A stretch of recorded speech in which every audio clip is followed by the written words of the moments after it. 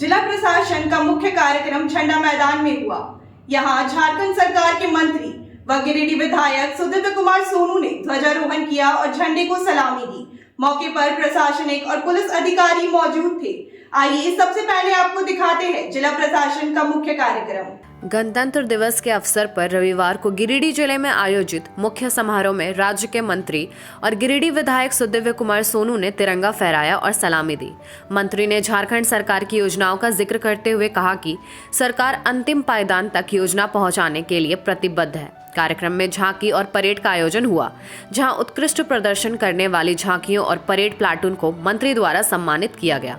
इस अवसर पर जिला परिषद अध्यक्ष मुनिया देवी, कांग्रेस जिला अध्यक्ष धनंजय सिंह सहित अन्य अधिकारी और जनप्रतिनिधि भी मौजूद थे।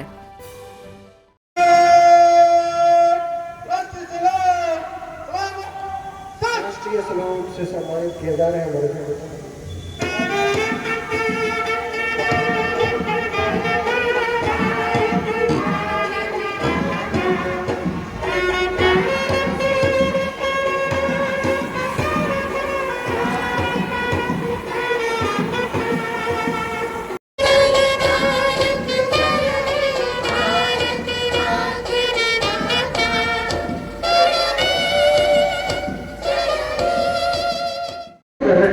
कृष्णनंदन कुमार नंबर 6 प्लाटून के रूप में एनसीसी सीनियर की टीम खड़ी।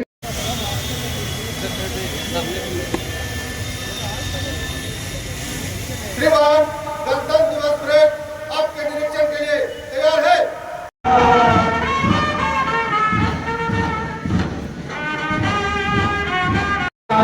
देख रहे हैं हमारी टुकड़ियां अपने निर्धारित पथ पर चलते हुए इस सलामी मंच से गुजरने को पूरी तरह से तैयार है। मन में एक विश्वास, आत्मविश्वास से भरी हुई हमारी ये टुकड़ियां कस्तूरबा गांधी बालिका विद्यालय गिरिडीह की इस प्लाटून जिनका नेतृत्व कर रहे हैं श्री प्रिया कुमारी और सैल्यूट कर रहे हैं मुख्य अतिथि महोदय का एनसीसी सीनियर टीम जिनका नेतृत्व कर रहे हैं विकास सोरेन, सैल्यूट कर रहे हैं हमारे इस 6 नंबर टीम 7 नंबर की team +2 high school Giridih Vittu Kumar Das, आप सैल्यूट कर रहे हैं हमारे माननीय मुख्य अतिथि महोदय का।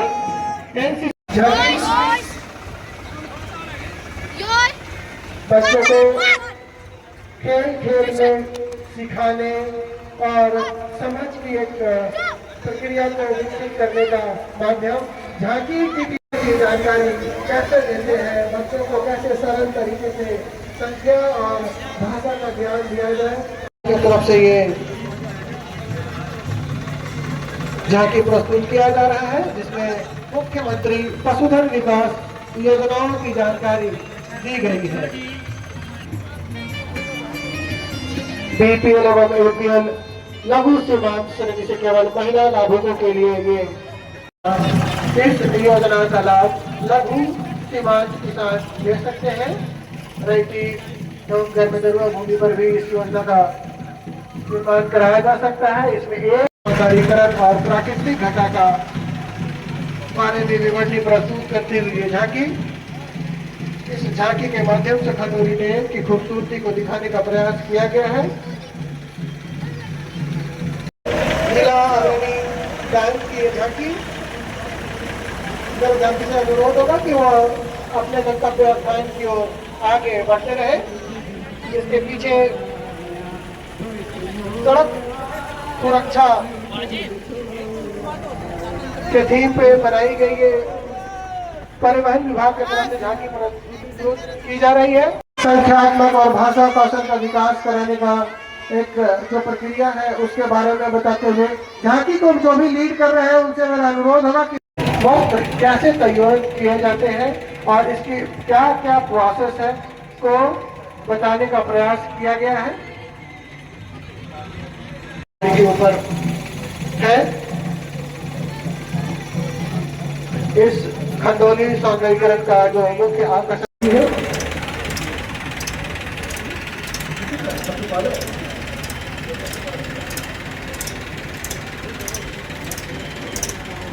किशोरी समृद्धि योजना 7 अक्टूबर 2022 से चलाई जा रही है। मेरे झांकी टीम से अनुरोध होगा कि वो अविलंब आगे बढ़ाते चले, झांकी को रोके नहीं, झांकी को सतत चलने दे। और जो पीछे हम योजना को अपने झांकियों के माध्यम से प्रदर्शित करते हुए मुख्य मंच से गुजर रहे हैं, झांकी की टीम में जो भी लगे हुए हैं उनसे मेरा अनुरोध होगा कि वो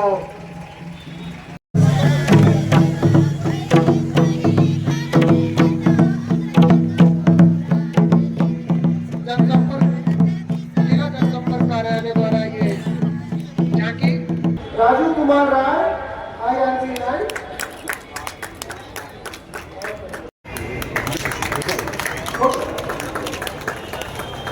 श्री विकास सोरेन प्लाटून कमांडर है। सेकेंड है कार्मेल हाई स्कूल इंग्लिश 2-3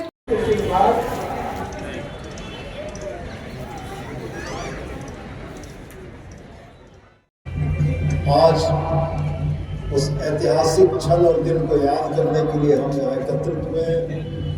यह आत्मनिर्मित है कि 15 अगस्त 1947 को हमारे देश को आज़ादी मिली थी, लेकिन 26 जनवरी 1950 का दिन हमारे इस देश के लिए अविस्मरणीय क्षण है कि जब एक पूर्ण गणराज्य के तौर पर हम इस दुनिया में स्थापित हुए थे। आज़ादी के उस दौर में जिसमें असमानताएं चरम पर थी, हमारे पूर्वजों ने, आपके पूर्वजों ने संघर्षों और बलिदानों के माध्यम से हमारे आप के लिए आज़ादी अर्जित की थी।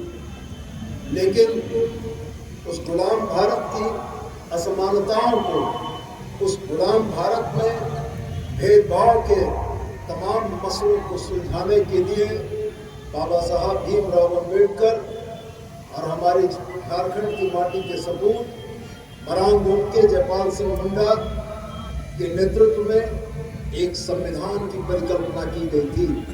यह संविधान आजादी के समय में मजबूत लोगों के लिए तो प्रिवी पर्स की व्यवस्था करता था, लेकिन इस देश के आम नागरिकों और कमजोर लोगों के कवच के तौर पर एक संविधान की परिकल्पना करता था। 26 जनवरी 1950 जिस तारीख को इस देश ने अपना संविधान अंगीकार किया, और यह संविधान भारतवर्ष के उन तमाम आम नागरिकों को समानता का अधिकार प्रदान करता है। यह संविधान पथ निर्देशित करता है कि सरकारें कल्याणकारी होंगी। यह संविधान स्थापित करता है कि विधि का शासन होगा।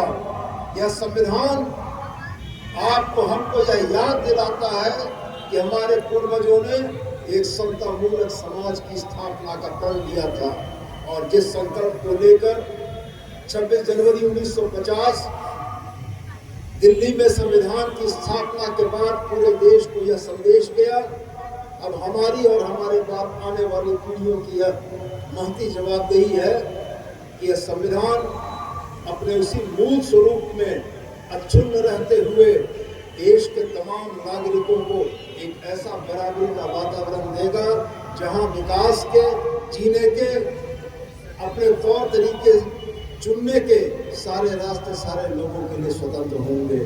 हाल के दिनों में हम लोगों ने कई बार इस बात को देखा है कि संविधान की मूल भावना के साथ छेड़छाड़ की कोशिशें हुई हैं, लेकिन मैं धन्यवाद करना चाहता हूँ भारतीय लोकतंत्र के उस प्रबुद्ध जनमानस को जिन्होंने कभी भी संविधान के साथ किसी भी तरह की छेड़छाड़ की घटना पर अपनी प्रतिक्रिया दी है, और भारत के संविधान के स्वरूप को अक्षुण्ण रखने के लिए अपना जनादेश दिया है।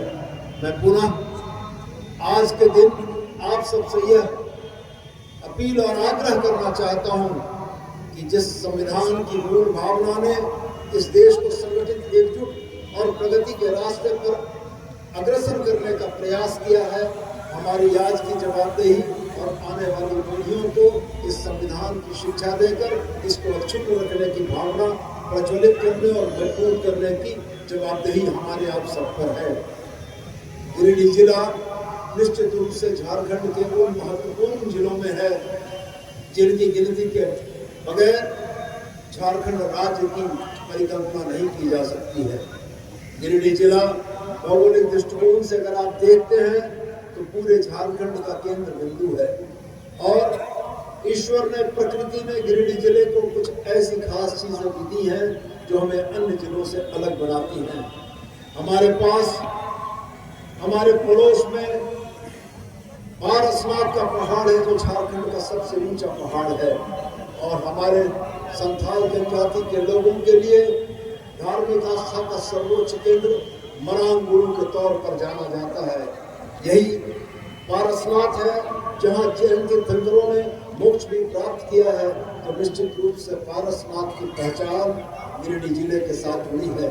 यह जिला आबादी के हिसाब से झारखंड के 3 बड़े जिलों में शामिल है और अपने स्थापना काल से लेकर उत्तरोत्तर प्रगति करते हुए आज इस जिले में झारखंड के पैमाने पर अपनी पहचान भी बनाई है। स्वास्थ्य सेवाओं की बात अगर करें तो इस राज्य के सबसे बड़े आबादी के इस जिले में मुख्यमंत्री गंभीर बीमारी के तहत 124 मरीजों को लगभग 5 करोड़ की सहायता राशि प्रदान की गई है। गिरिडीह सदर अस्पताल में digital x ray, dialysis unit, RT-PCR जैसी आधुनिक सुविधाएं उपलब्ध कराई गई हैं। आज मलेरिया पूर्ण रोग होने के बाद भी हमारे स्वास्थ्य विभाग की टीमों ने सतत और निरंतर प्रयास से मलेरिया के ऊपर नियंत्रण हासिल करने में सफलता अर्जित की है। निश्चित रूप से स्वास्थ्य विभाग और स्वास्थ्य विभाग के अंतर्गत काम करने वाली हमारे स्वास्थ्य सहयोगी बहनों के सतत प्रयास से ही संभव हो पाया।